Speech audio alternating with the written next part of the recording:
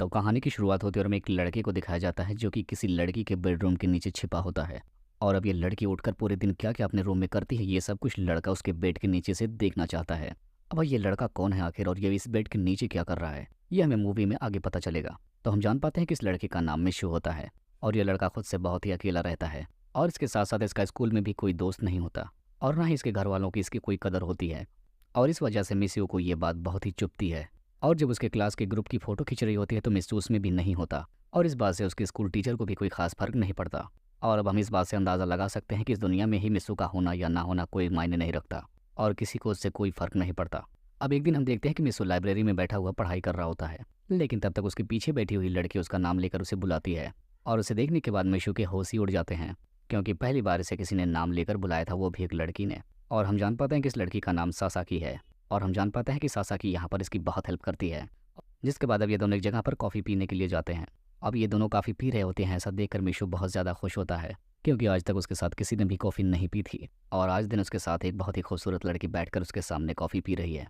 अब उस दिन को लेकर आज पूरे 11 साल हो गए हैं, क्योंकि उस दिन के बाद से मिशु ने सासाकी को कभी नहीं देखा और मिशु 11 साल से सासाकी को ढूंढ रहा होता है।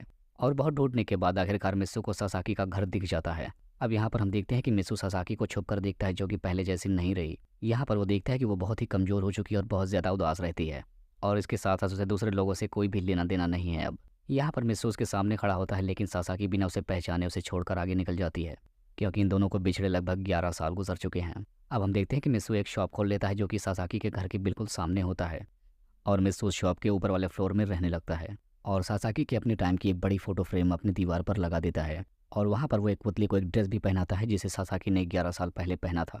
अब इसके बाद हम देखते हैं कि मिस्सू सासाकी को अपने घर से रोज़ देखता है। अब हम देखते हैं कि यहाँ पर मिस्सू की शादी भी हो चुकी है और उसका हस्बैंड उसे एक रात बहुत ज़्यादा मार रहा होता है और ऐसा देखने के बाद मिस्सू बहुत ज़्यादा शॉक्ड हो जाता है और अगले दिन फिर से मिस्सू सासाकी को देखने के लिए जाता है और वहाँ पहुँचकर वो देखता है कि उसका चेहरा बिल्कुल ख़राब हो चुका है, क्योंकि उसके हस्बैंड ने उसे बहुत ही ज़्यादा मारा है।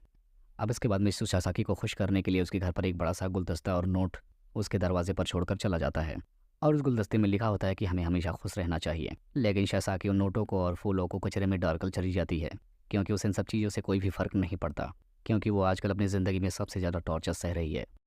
अब इसके बाद हम देखते हैं कि एक दिन सासाकी उसकी शॉप पर आती है और वहाँ से एक फ़िश एक्वेरियम खरीदती है। अब इसके बाद मिशु एक्वेरियम को लगाने के लिए उसके घर में जाता है और वहीं पर वो मौका पाकर उसके घर की चाबी चुरा लेता है और इसके साथ साथ उसके लाइटर में वो एक माइक्रोफोन भी लगा देता है, ताकि वो उसके घर में हो रही सारी बातों को सुन सके। अब उसी रात को वो सुन पाता है कि सासाकी का पति उसका रेप करता है और मिशु अपने रूम में बैठकर ये सारी बातें सुन रहा होता है। अब ये सारी चीज़ें मिशु को बहुत ज़्यादा बुरी लगती हैं।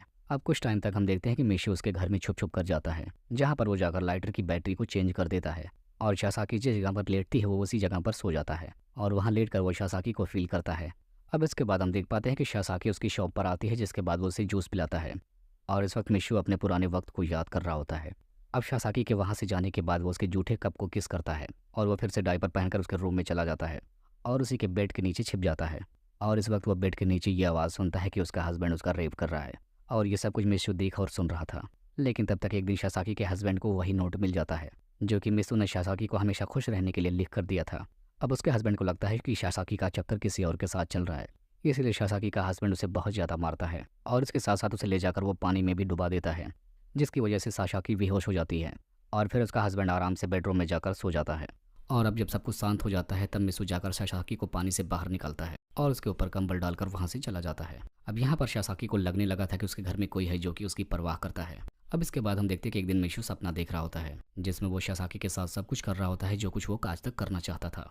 अब यहाँ पर मिशु ने सोच लिया था कि अगर उसके हस्बैंड ने दोबारा से सासाकी को हाथ लगाया तो उसे मार डालेगा, जिसके बाद वो वापस से सासाकी के घर पे जाता है और इस रात वो पहुंचकर देखता है कि सासाकी अपने हस्बैंड से कह रही है कि उसे अपनी मॉम के घर पे जाना है, क्योंकि उसकी मॉम हॉस्पिटल में है। लेकिन उसका हस्बैंड उसे वहाँ जाने से मना कर देता है। लेकिन ऐसा देखकर उसे बहुत गुस्सा आता है और वो सासाकी के हस्बैंड को जाकर एक थप्पड़ मारता है। अब इसकी वजह से उसका हस्बैंड उस पर बहुत ज़्यादा चिल्लाता है, जिसकी वजह से उसे बहुत ज़्यादा मार भी पड़ती है और अब वो फिर से उसका रेप करने लगता है। लेकिन ये सब कुछ मिशु देख रहा होता है और वो कुछ भी नहीं कर पाता और वो वापस अपने घर पर आ जाता है और वो सासाकी को बचा नहीं पाया, इस वजह से बहुत ज़्यादा रोता है। अब वो अगले दिन देखता है कि सासाकी अपने बच्चे को लेकर वहाँ से भाग रही होती है।